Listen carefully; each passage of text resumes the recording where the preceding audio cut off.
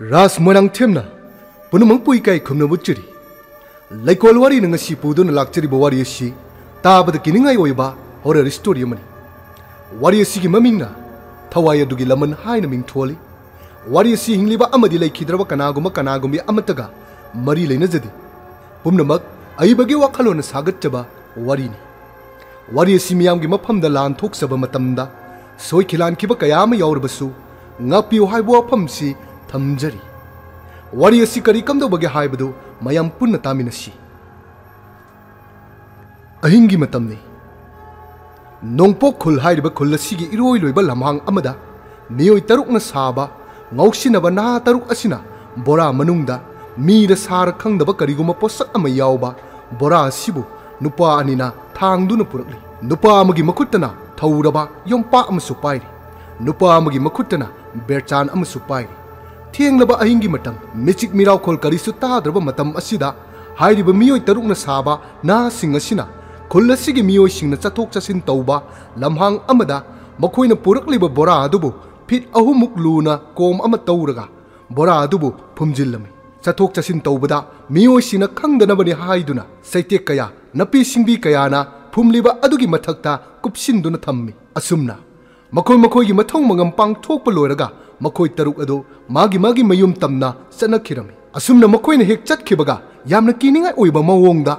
makoi na phungkiba mafam madudagi nupi amagi khutsa manba ama leibak manung adudagi thindorakhi angakpani ngasaidagi akoina chingnaduna leikiba bora manungda yawkiba du nupi amagi haksang oiduna leirami phit ahumuk luna phumjinduna thamkiba asibu matau karamna makhut lithorok libanu masina takpadi hairiba nupi asi hinglibra Natraga, Maki thawai adubu thorak libra haibadu, Wari tari by Koida, Samam Naba Pauli. Asumna,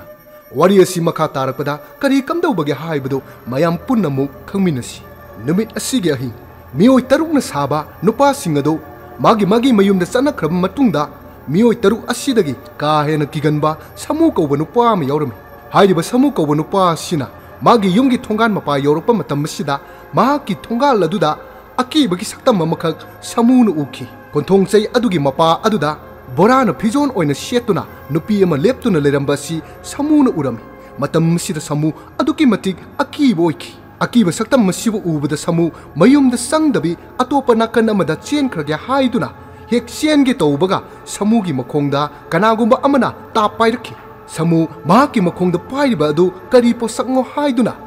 Samu yamna kina maithongdu luktarap tawna yenglammi matam masida bora setuna lepkibi nupi adu maithongda akibagi saktam langduna samugi makhong phaduna leirami matam masida samu nanthoknabasu yamna kanna honajarami adubu nanthokpa ngamdi bora setpi nupi asina leimaida samubu namtharami samugi mangaksam mietuna hatki samugi thawai yawdraba mahakki haksang adu samugi yumgi thongal aduda Asiba haksang oina taduna lehori asumna numit asi akiba thogdo asiga loinana haukirami mathangi numitni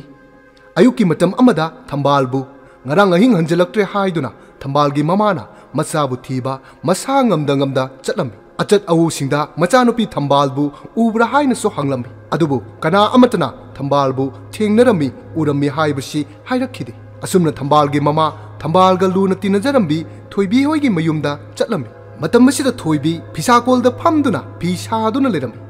matammasida thambalgi mamana thoibida asumna hairami thoibi nangbu akoi thambalga udabro ine aidi ngarangdagi yumdagi mapan thokti migi pigadaba phi mayam ama leibanina pisakol sida dum famduna lere ado thambabu kadaida chakani hairamgi ngarangdo ine si arum lai hawraktana hidak leiruni haidana chakhibani adubu adum halakidre ado Magi khangna sanaba nupaga leibro nangbu khangbro asumna thoibina thambalgi mamada thambaldi khangnaba nupa leiti nupa panmusu yade haiduna thambalgi mamada hairami asumna thifam khangdraba thambalgi mama adu khongthang tapna thangduna mayum tamna chatkirami thambalgi khongul libinaba makhoigi ni haibda kana su leiramdi asumna numi asidagi hafta amamu hokirami adubu thambalgi mamadi masagi wakhal soirabi amagum mahaki punsi ado lenki asumna ahingi matam amada thoibina sak thongba loiraga sakchangi maning thongda khujam haidokpa thoami matam masida lapu hoba jaga amada थोइबिना फिंगौ सेपी नुपी अमा उरमी थोइबी ममित मना इलंग लंखतुना पाखतपसु फाउरमी अदुगा खोंजेन तनिक तनिक हाइरमी हाय कनानो लफु मखोंदुदा लेरिदु कनानो लफु मखोंदा लेप्तुन लेबी नुपी असि थोइबी रोमदा ओनसिलै मतम मसिदा थंबाल ओइदुना लेरमी थंबाल मिटकी पी इहौदुना थोइबीदा नुक्सीना येंगलगा असुमना हाइरे थोइबी नंगना आइगे सिंगमै तावरदि वखल सोइरबी आइगे मादो नंगना चाक सखोम अमतो ओइरबसु पिजबियो थंबा कइनो नंग हाइदो लाओ मपानदुदा सुम लेप्तुना लेरबा करिगिनो लाओ इमुंगना संगो थोइबी आइदि युमदा संगमा यादे नखोइ नरक्तसु तिनबा याद्रे आइगे इमादो नंगना लुना खरा तौबियोको थंबा थंबा थंबा असुमना थंबाल थंबाल कौदुना थोइबी खंगौदना मिकअप थोरकलमी मतम मसिदा थोइबीगी ममादो इपा पाखना हौगले इबेमा कइदौरे Haima Huma ngakta ngairine se ima taithokpigi se asumna haiduna thoibigi mamana thoibigi maida sintharakliba homang singado mamage phi aduna taithokpirami thoibi ngaya wakhan khanduna ungduna lerami matam sida bema nangbu kidoroge se ima gane punna tumsi se ima kolaga tumbigi se hiptharu se asumna mamana masabu thimjinbiraga thoibi tumkhirami nungthingi matamni ngasai mioi tarung na saba mioi taruk adudagi mioi ama sikrabani na makhoi manga laikai gi club amada yu thaktu na lerami makhoi manga dagi sana ko banu pa amana asumna hairi ta koi marak dagi samul leitabse aduki mating nuwaiti ma adu ma yaujaramadi numitche khara sunungai ga dabani ningba ko banu pa amana mo hairi ta pokpasi ba haibasi mioi bai khoida sagona duna laklabani maduda matau karamna laikidabano haibado ꯑꯩꯈꯣꯏꯅ ꯍꯧꯖꯤꯛ ꯐꯥꯎꯕ ꯈꯪꯕ ꯉꯝꯗ꯭ꯔꯤꯁꯤꯅꯤ ꯃꯇꯝꯁꯤꯗ team ꯑꯁꯤꯒꯤ leader ꯈꯥꯕꯅ ꯍꯥꯏꯔꯛꯏ ꯂꯩꯈꯤꯗꯕ ꯃꯥꯒꯤꯗꯃꯛꯇ ꯈꯜꯂꯒ ꯀꯩ ꯀꯥꯟꯅꯗꯣꯏꯅꯣ ꯑꯗꯨꯒꯤ ꯁꯔꯨꯛ ꯅꯈꯣꯏꯅ ꯄꯥꯏꯔꯤꯕ ꯒ꯭ꯂꯥꯁꯁꯤꯡꯗꯣ ꯊꯟꯅ ꯍꯩꯖꯜꯂꯨ ꯑꯗꯨꯒꯅꯦ ꯊꯛꯀꯥꯏꯌꯨ ꯉꯛꯈꯥꯏꯌꯨ ꯑꯁꯨꯝꯅ ꯈꯥꯕꯅ ꯍꯥꯏꯕꯁꯤꯗ ꯃꯥꯏꯕ ꯀꯧꯕ ꯅꯨꯄꯥ ꯑꯃꯅ ꯑꯃꯨꯛ ꯑꯁꯨꯝꯅ ꯍꯥꯏꯔꯛꯏ ꯏꯇꯥꯎ ꯑꯩꯅ ꯆꯤꯡꯅꯕ ꯑꯃꯗꯤ ꯂꯩ ꯀꯩꯅꯣ ꯆꯤꯡꯅꯔꯤꯗꯨ ꯀꯩꯅꯣ ꯍꯦꯛꯇ ꯍꯥꯏꯌꯨꯅꯦ ꯃꯥꯏꯕꯅ ꯑꯃꯨꯛ ꯍꯥꯏꯔꯛꯏ ꯑꯍꯤꯡ ꯑꯃꯗ ꯊꯣꯛꯈꯤꯕ ꯊꯧꯗꯣꯛ ꯑꯗꯨꯅ ꯏꯇꯥꯎ ꯁꯃꯨꯗꯣ laman kumbagumba ama hey noi du kino ha madugi wafamda anirak sun harakano yu liklisina ne namai du thumjalkani asumna khabana sauna harakpasida maiba tumina laiki tanja asida amuba kawunu pa amana mapan thokninge haiduna amuba mapan thokpa thoklam krak asigi maninglomda khara songba mafam amada amuba mapan thoam tanja asida amuba ki nakanda ngasai bora sepi nupi adu leptuna leram अमूबगी वखलददी बोरा अदु संबलद पल्लगा लैबो इन खलमी अदुबु मतम मसिदा बोरा असि लियंबगी मवंग तौरि अमूबा फट लैथोक्तुनि Young करिसु तौरमदि मपान थोक्तुना अदुम लै तंजा असिदा अमूबगी तुंगदा कनागुंबा अममुक लेप्तुना लैबसि अमूबगी हक्सांगदा तुजुंगबा फावरमी अमूबा तपना तुंग लैथोक्तुना येंगलमी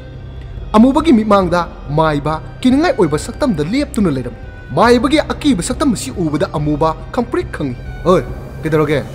adu yam kiriduba aini ne nang moja maiba noi sidine mihunga soi soi lawe wai si he haibaga amuba ngasai nakanda bora ama laikhiba adu ningsinglaktuna phat laithoktuna amuk bora adu bu leiribra haina yenglami matam masida ihang hangduna sambal adu leiram amuba maibida amu onsilaga asumnai maiba nang soida bora amaga ubra चलो कदाई दी बोरानो बोरा दु उरगा नंग करी मु हापके हाइनो चलो नंग सिदीबा चचलो असुमना हाइदुना अमुबा खा बहोइना party तौरिबा club अदुगी मनुंगदा मु चंखिरमी मतम मसिदा माइबा निंगबा सना खाबा मखोय मरी यु थक्तुना लेरमी मखोय मरीना यु थक्तुना लेबसि उबदा अमुबा माइबबु उबदा इंगंगलमी मपांदा हौजिकता माइबा उखिबदु क्लब मनुंग असिदा माइबा यु थक्तुना लेरमबसि उबदा अकीबा फावरमी खाबना असुमना हाइरी अमुबा कइनो मपान थोकबदु याम कुरिदबो अमुबा वा करिसु हाइदे ममी कुप्तना माइबदा लोना यंगजरबी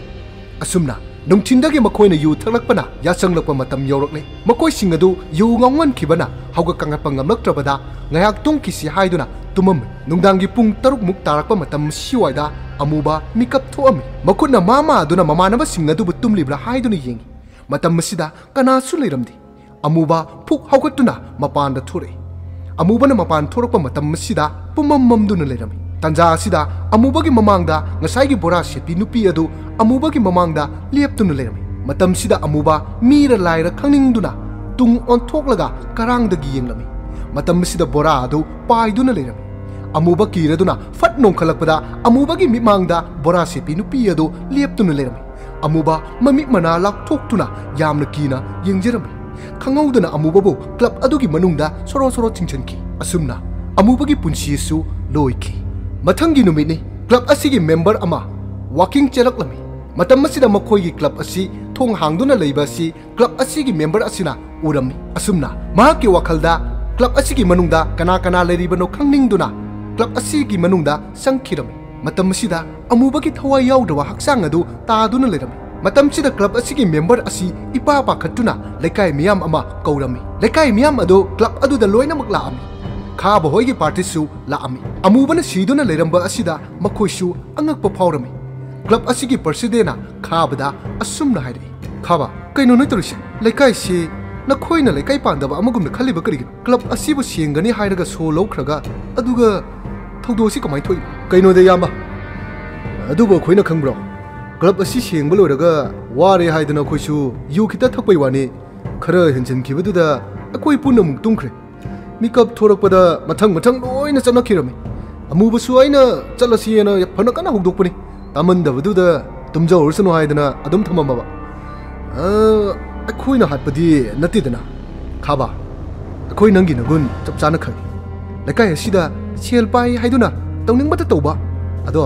nongmadi soidana nangsu cherak phangkani asumna mikup kharagi tungda police ki kanggu amasu laami police na amubabu post mortem gi damakta pukhirami asengba asumba khangdabana lekai asi miyoi amata phaba ngamkhiri mathanggi numit amada thoibina thambalgi mamabu sak pijaram asumna thoibina mamabu sak pijaba asida thambal angauba pijolda thoraktuna harau minok tamduna yengjeram adubu thoibina di ubanati asumna sak asumasum inbiba asida thambalgi mamagi mamitta thoibibu machanupi thambal oina ujaram thambalgi mamagi mamitta thambal oina urapa matam asida thambalgi mamana asumna hairam imagi bema nang yumsi thadokduna chatkrana ima isada leiba yumse isana chatkrabadi ichikchi ho thoibi mamabu sak ilambadagi chap lepi nakanda leithokduna thoibigi mittigi sintharagliba pirang adu tapna teithokseram adubu wakal soiribi mama asina thambal oina uribani haibasi thoibi nadi khangmanati thoibi su khong thangduna hek chatpa haibadu ngamlamdi numit asige ahing phawba sak thonglaga pijarami thoibi mayum hallage haiduna mayum hallakpagi lambida chatlam matam sida lambi mayaida khaba hoigi party adu haino humna chatlamba si thoibi ne uram thoibi masada yamna hainadaba phawrami khaba hoina chatliba si thoibi gi tungdasu bora sepi nupi aduna urami khaba hoibu ubada bora sepi nupi adu akiba gi saktam langlakhi aduki mati kiba haiduni asumna kina thoibi mayumda yodaba yade haiduna chatlam khaba hoigi maningda thoibi la e haibasi sanana urami sanana khabada hairam khabasu tungphat leithokduna thoibi da yenglami khabagi mi eng nungsidaba mi eng haiduni thoibi masada hainadaba phawram adubu tuminna chalami matam sida khabana mamangda thatlaga ngaikho kaino napang kana suyaudana nathanta aying sida nangbu kai jalubana thoibi ta khaba inele haw haida chalubani aigi lambi thado hey nangna thado harga hikta thado kadro ngisidi khaba kanano habadu khangan matare dana asumna haidona thoibi ki khudang adu khabana ta pairam aduga khabana thoibi bo chingduna pukhi thoibi khonjen hauna mahpu kanbinaba yamna kanna laugjaram matam masida kana amata taramti asumna thoibi khabana chingduna purakpada khaba hoina ngasai phungkiba mafam madu yoraklami asumna khabana thoibibu asum chingduna purakpada mafam madubu yobada chingba ngamlamdi matam sida khaba karigino haidon tung phat leithoktuno yeng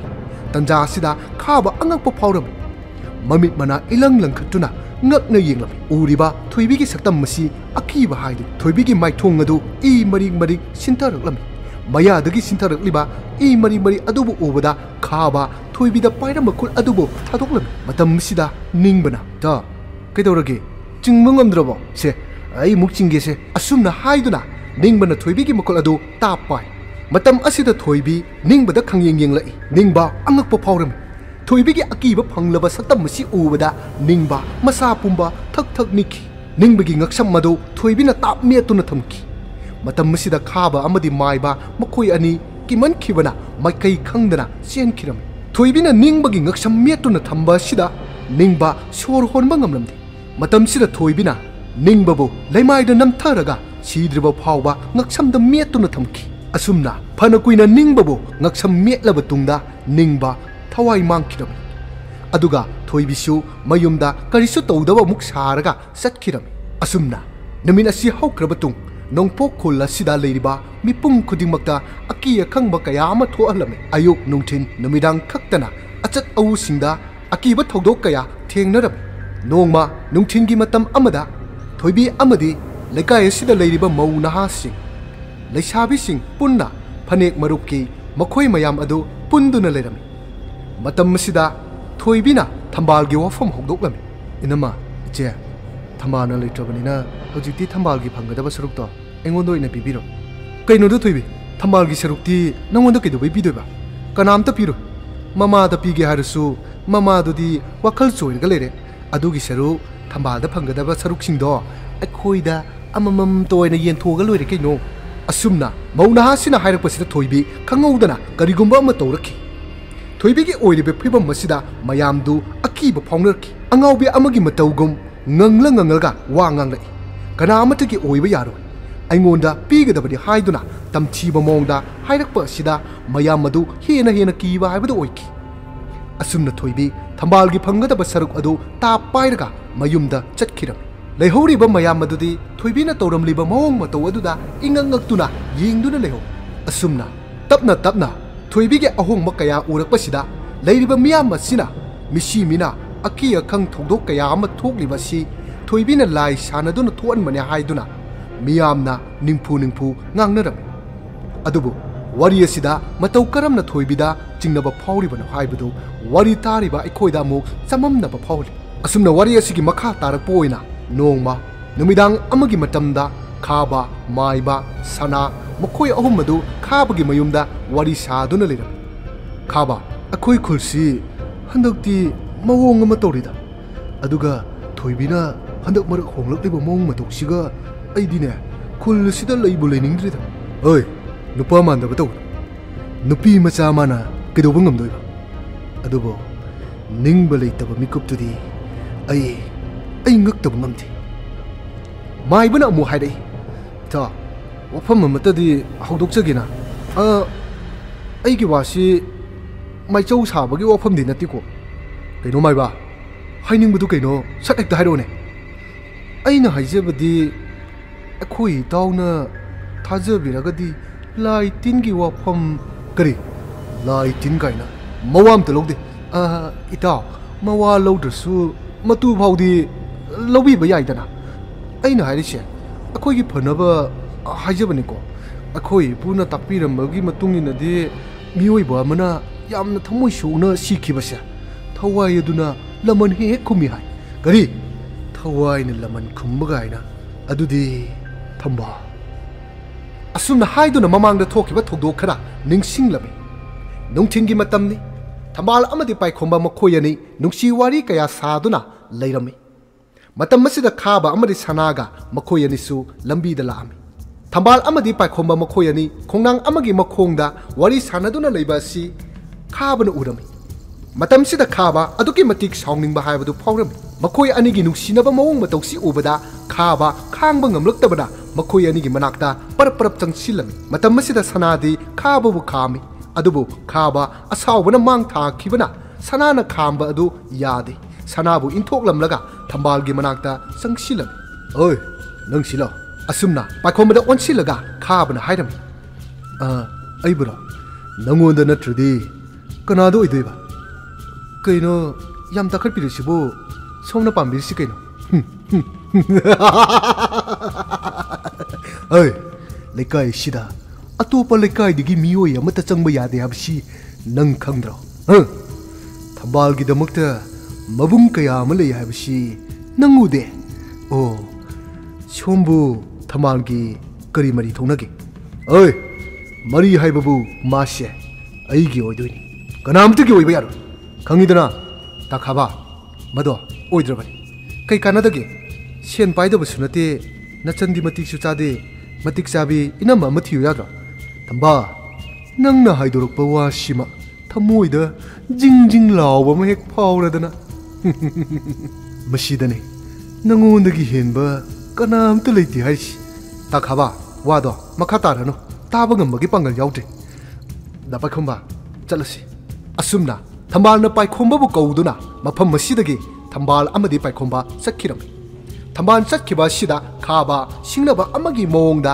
yamna tamthiba mieng ama yenglami khabagi wakhalda asumna khanki thambal bu nong mata oiraba sumagi oiba haibasi khabagi lengdaba wasaksu oirami mathangi numini ayuki matam amada thoibi thambal hoigi mayumda laami sumangda leptuna thambal bu kaurami matam masida mama thorai thoibi bu ubada thambal gi mama na asumna hiri haima thoibiya laula mangon chida kakhalo asumna thoibi mangol karami thambal gi mama na phida piduna thoibi phamalli thoibi na thambal bu leibra haina su hanglami matam masida mama na phanek loba chakhi hairami mikup khara leiraga thambal su yamlaba phanek khara paiduna mayumda halaklami thoibi bu ubada thambal na asumna hiri thoibi aisune maruki phanek mayam se khomjilubane nang lakpa tan yam chare nang na punna pukro hoi aisu adugi lakpane asumna makhoyani wari saraba matungda thoibi thamalgi phanek sing adu lauduna satkiram numit asigi thangnaba pungja kharada paikhomba amari thambal makhoyani amuk unarami matam masida paikhomba thambalda mahak thabak khalle hayengdagi training chatlagani haiduna thambalgi mafamda hairam paikhombana police ki training chatkane haiba sida thambal aduki matik wajarami sontaraba thambal gi thamoi adubo paikhombana themjinbirami aduga asumna haire ngisidi punimani atiyada tholiba thawan misang marakta khwaidagi ngan thoiriba thabalda aina chatringai sida punna yengminasi ai nakhoi thonganda ngairamge nang thoro ko asumna paikhombana haibasida thambal hoi haiduna yarami numin asige ahing sak toklaba matungda paikhomba thambalgi thongalda phamduna thambalbu thorakpa ngairami nakal amadana thambalgi mama adu arum leihau hauduna phabungda masadu thak thak niktuna lerami thambal mamagi ka adu changi thamana changakpa matam asida mamagi haksang adu niktuna leramba asida thambal pakhatpa phawrami khudak aduda thambana hidak leiruge haiduna imungdagi thorakki matam masida thambaldi paikhombga makhoyani thongalda fajaraba tha adu yengminasi haibadu kawkhiduna hidak leiba thoklami tanja asida thongal mapa yoropada paikhomba leptuna leiba asi thambana uramdi paikhombasu tung onduna leibana maram oiraga thambana satkibasi ukhidi paikhombagi tungda thambana landuna chatkibasi saum amatasu phangaude thambal ipa pakhana mamagi hidak leiba thorakpana thambal hanatuna yengda parap parap lekai aduda leiba pharmacy tamna chatkirami matam masida pharmacy yodringai khaba hoigi team mioi tarukna saba makhoi tarukna thambalbu phakirami nakal amadana paikhomba thambana thoraktaba sida nungaitana thambalgi yum aduda high fat yenglamlaga masu mayum tamna chatkirami paikhomana asum lakpada narak mungsung oina toba mafam amada karigumba makhol amakak taram fat laithoktuna yengbada karisu leiba uramdi adubu paikhomana lepriba mapa sigi thangnaba khara sukpa mafam amada khabana thambalgi machin menduna thamli thambalnadi paikhombaba ubada paikhombaba kaunaba yamna kanna honajarabi adubu khabana machin men khibana thambal khonjel thokpa ngamkhidi asumna paikhombasu mafam maduda ngaihak lepamaga mayum tamnamu satkirami somdana khabana thambalbu makhut chale haiduna namdana thambalgi ikai khumnaba laukiram mathang makhoi tarukna thambalgi ijatpu temchinnaki maraibak thida thambalgi punshi asumna wari asi haurakpada mir sar khangdaba bora amada haptuna purakhiba bora sepi nupi adu thambal oiduna leramki asumna thambalbu phungkhraba matu mathangi numitta paikhomba training chatlamdai mikup aduda paikhomba thambalgi mayumda laami matam asida thongdi hangi adubu kana amata leiti masa solabi mama aduna masabu hanjilaktabada lekai khuding chattuna masabu thiba chatlami asomdana paikhombana thambalbu kaurami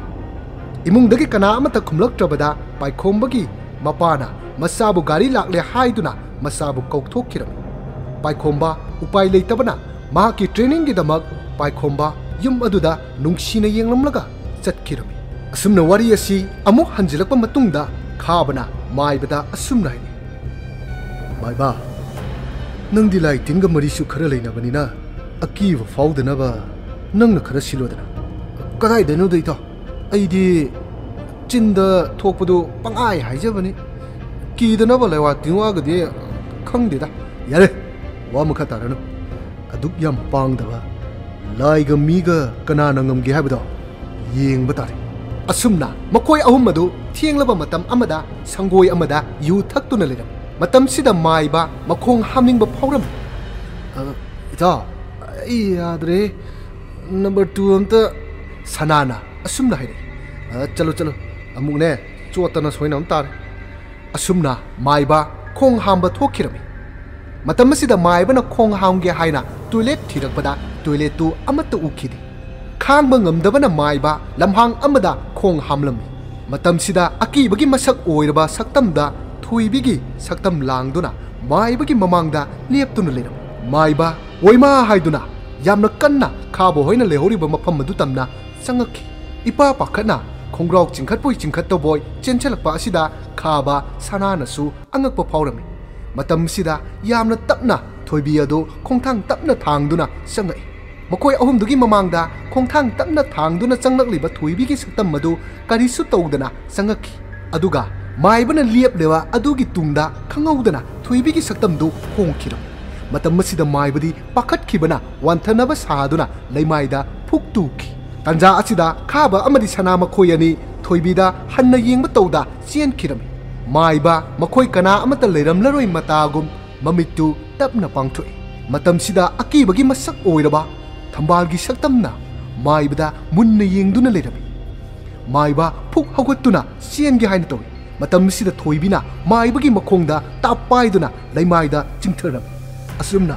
maibagi khawri adu thoibina metuna hatkhi nakal amadana khaba amadi sana makhoi ani maingan phangba mafam amada leirami matam sida sanana hairi ta phibam sihorodi akhoi su hingado mande lekai sida taaga thoibi hogi yumda thumjilusi ha hoi maduna parani asumna lekai taxi haiba sida khaba nasu yaraduna lambi aduda yungduna leiba post aduda nung ama pairaga yamna kanna khingam matam sida lekai gi miyam adu thungnare nakal amadana thoibi gi mama su kangsi makholasi tabada mikap thore tumduna leriba thoibi bu hawdoklam nakal amadana amu miyam maduna khaba hoida karigi kangsi khingi buno haiduna hanglam matam asida laikai asida akiba tholiba mi haliba singasi punamak thoibina lai sanaraga hatpani haiduna miya maduda haijillam maibasu numit asida thoibina hatle haiduna miya maduda tammi matam asida thoibigi mawong khara uhauba mauna khara aduna thoibina tawba oiramgani haiduna miyam pumba thoibibo hatlurasi haiduna thoibigi mayum tamna laami thoibigi mayumgi sumang aduda miyam ama tillari matam asida ingangangna thoibigi mama mapa amadi thoibi imungdagi thori kaino mayamna lakpirisibu kedobu yaurge nupi amana hairi je thoibina maram oiraga laikai asida leiba ngamnadre mamang thakta sikhiba samu ningba amuba ngasina maiba muksiredana wai asida thoibisu angakpa phauram mama mapasu angakpa phauraduna masada munne yi matam asida nupi amana muk hairi ayuk nungthi numidang khangdana thoibina laikai sida leidiba mipum khodi makta aki tu jungba pibase aikhoidi leiba kidori aduna ne mayam changdana thoibi bo hatkadabani ko asumna hatkadabani haiba sida mayam punna hatkadabani hairam matam sida khabana mu haidi mayam ngangna dana leibana kana ro thoibi se mangon sida gi chingdaraga akoi mayam changdana halasi asumna khabana haibadigi mayam adu thoibi bo phage haiduna changsilai matam asida yamna kiba mawong haiduni thoibigi haksangda thambalgi thawai adu changkhiduna mangol adudagi sumangda phan chongthare uriba mawong asida mayam sing adu sap leptuna yengduna lekhi asumna thoibigi saktam mamu uhan thambalgi saktam mamu uhan kiraba saktam uhalami bora setpaki saktam madusu uhalami matam asida खाबा अंगकपा अकीबा फाउरमी थोइबीगे हक्चांगदा याउरिबा थंबारना मयामदा ओनसिलगा असुमना हाइरखि अइसु असुमना हिंगदुना लैबा पामदिए मखोई मखोईगे मरांगे मतुंगिना सिजखिबा गाक्तने अइगी मरमददी नखोई कना अमनता सुहंखिदे थवाई याउद्रबा हक्चांग अदु फाउबा नखोइना थीखिद्रे नत्रा मतम मसिदा थोइबीगे सक्तम लांगदुना मुहाइने अदुगा ngasiना अइबु मिहापि ताली नत्रा नखोई लोइनाबा फत्तबा गाक्तने फत्तबा सिंगदे अइना लेना थारोये तंजा असिदा police Gypsy अमसु थौजिले थौजिलकलिबा police गाड़ी असि पाइखोंबा ओइदुना लेरम पाइखोंबगी लाकपगी सौम असि फंगबदा थोइबीगी सक्तम मदु थंबालगी सक्तम दमु ओले वखल सोइरबी थंबालगी ममासु मियाम मरक अदुदगी मियाम अदुबु इंथोक तुना ममांगलोमदा कारी मतम मसिदा थंबालना अमु हाइरे मिनुंगसी खंगद्रबा सादगिसु हेना तमथिरबा मखोइसिंग अदुदि अइना तमथिना हाटकनी असुमना थंबालना वांगांगबा सिबु उबदा वखल सोइरबी माकी ममा अदु इंगक ngakna masanupigi manakta sangsile matam masida thoibigi saktam on khiduna wakal soirabi mamana masani khanna nungsina kolnkiram miyamgi miyengdana thambalgi mamana koliba si thoibi oina uhali asumna mamagi matawasida mayamadusu pukning nungsiba phawraduna makutta pairamba khusu kolai singado leimaida thak thak thadakhiram tanja asida khaba makutta pairibo utup aduna थोइबीदा थोमलगी मतागुम संगसिलम मतम मसिदा थोइबीगी सक्तम थंबाल ओलक्तुना खाबदा मिट लाक्थोक्तुना यंगले मतम सिदा खाबा किमन किमना सप्लेपि खंगौदे थंबालगी थवाई अदु पाइखोमगी हक्सांगदा संखिदुना पाइखोमना पाइरबा नोमै अदुना खाबदा कापखिरम खाबा नोमैना पानबा सिदा सनासु चेनसिले मतम सिदासु पाइखोमना सनादा नोमैना कापम थवाई अदु थोखिबा मतमदा पाइखोमबा इंगक ngakna yengduna leki asumna khangowdana khaba amadi sanabu nongmaina kaptuna hatkhiba sida miyam aduna kariguma kharadi khanglami madudi senjau pai haiduna tawningbata tawba athingba leitaba asida khabana soidana thambalbu hatlamgani haiba sida mayamna su chingnarab asumna numit asi nungaitaba thogdok kaya ga loinana thamoi sokningai oiba thogdok asiga loinana hokhiram mathangi numitni थंबालबु फुंख्रिबा मफम अदुदा पाइखोमबगी team अमदी लेकाई अदुगी मियांगा लोइनना मोंगफम अदुदगी थंबालगी सरू पोलांग अदुबु लौथोक्तुना मथौ मंगम पांगथोकलम पाइखोमबगी मिटकी पीसु खंगौदना सिंथरखि असुमना थंबाल लाइरम लेंदा हैकोल लेकोल मरकता नुंगाइना तिनखि मतमसिदा थंबालगी सक्तम मदु अतियादा थोक्तुना थंबालना पाइखोमबदा थोइबीबो लोक्सनबियो हाइदुना इंगित तौरकलम पाइखोंबा अमदी थंबाल मखोई अनि अदुकी मतिक नुंसिनै हाइबसी थोइबीनसु खंगलमी अदुबु थंबालगी ममागी मफमददी असेंगबा हाइरमदि असुमना थंबालगी हक्चांग याउद्रबा थवाई अदु लाइरम लेंदा लेख्रबा मतुं पाइखोंबा अमदी थोइबी मखोई अनि युम्बानबगी लंबिदा खोंदाखि थंबालगी ममाबुना पाइखोंबना फजना लायिंगबिदुना ममागुमना नुंगाइना थमखिरमी असुमना ताबदा कीरबा थमोई सोक्लबा वारी असि मतंग सिदा लोइजरी वारी असि लांथोक्सबा मतमदा हाइगदबा वाना हायौदा हाइरोइदबा वाना हाइदोखे असोय Aran खिबिकपो ngakpinaba wafamsu thamjari channel asibu nungsibidu mayamna like share comment subscribe tobidom tongan ba wari single palaitana puduna lakjage mayamdagi kainana maya thang nijari